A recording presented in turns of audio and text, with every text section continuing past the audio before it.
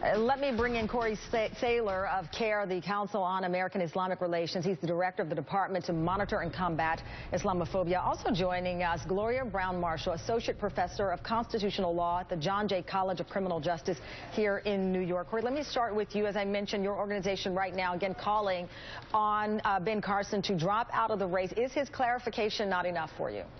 His clarification is confusing, and it just makes the point that he's not ready to be president of the United States. I mean, we deserve candidates who have, at least a passing familiarity with the Constitution.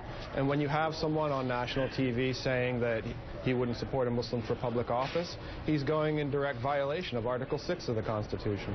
In his comments, you heard him say that he believes that the American people are not ready for a Muslim president, that he just doesn't believe the American people are at that point. When he makes this assertion, obviously, there's polling out that some would point to that in some way backs up what he is saying, perhaps that they're not close to the faith, but the idea of Americans even wanting someone in the White House who doesn't believe in God is something that the polling shows it would be resisted by some. Well, I mean, John F. Kennedy ran for president. He was a Catholic, and there was significant resistance to that. Even in the debate around framing the Constitution, there were concerns raised when Article 6 was discussed about the possibility of a Jew, a Turk, or even, God forbid, a Roman Catholic becoming president. All of that was dismissed. We've had this conversation already.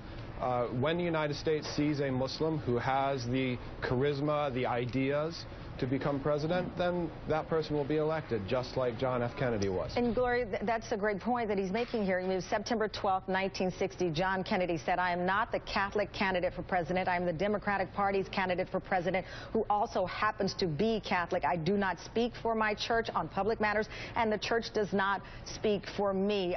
As also mentioned, Article 6 of the Constitution, no religious test shall ever be required as a qualification to any office. But we know that if we're talking in a way that people talk around the dinner table, we were having this conversation in some way in 1960, many were, as it related to the first Roman Catholic president. Yes, and it once again related back to the Founding Fathers. Huguenots, Quakers, Roman Catholics, all of these people were in the room when they decided there was power in diversity, and divisiveness would tear this country apart. So it wasn't just the First Amendment that this country didn't have any stated religion. It was the idea that not only would we not have religious tests, but there would be nothing that would put religion ahead of the people actually assessing who would be the best leaders for this country. Well, it's interesting. You have Senator Ted Cruz, for example, coming out saying that, he does not support what Ben Carson says, because he obviously is a constitutionalist and he stands behind this. But this is, again, going back to the heat that Ben Carson is feeling.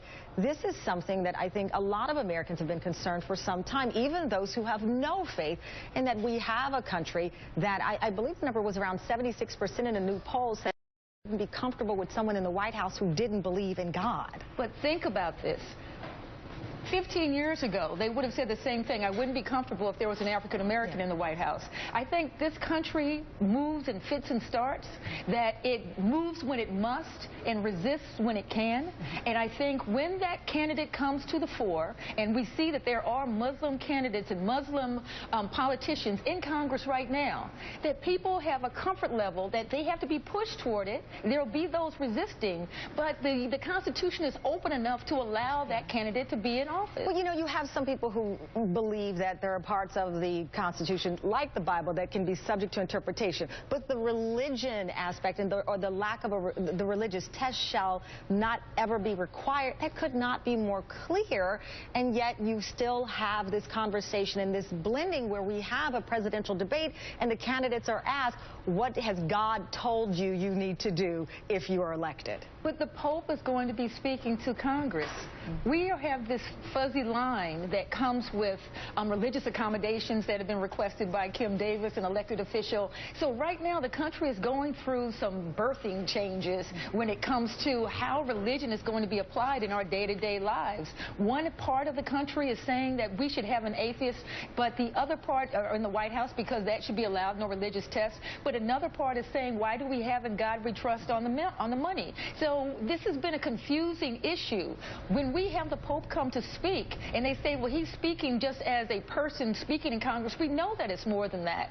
So I think we're sending out as a country mixed signals, and people are now having the foundation to say, we believe that there is a religious fervor in the country that's anti-Muslim, but in 10 to 15 years, I do believe that things will change. And keep in mind, we're a nation of laws, not a nation of polls. So Ben Carson needs to lead and apply the law, which is the Constitution. Absolutely. Thank you so much for your time. We greatly appreciate both of you.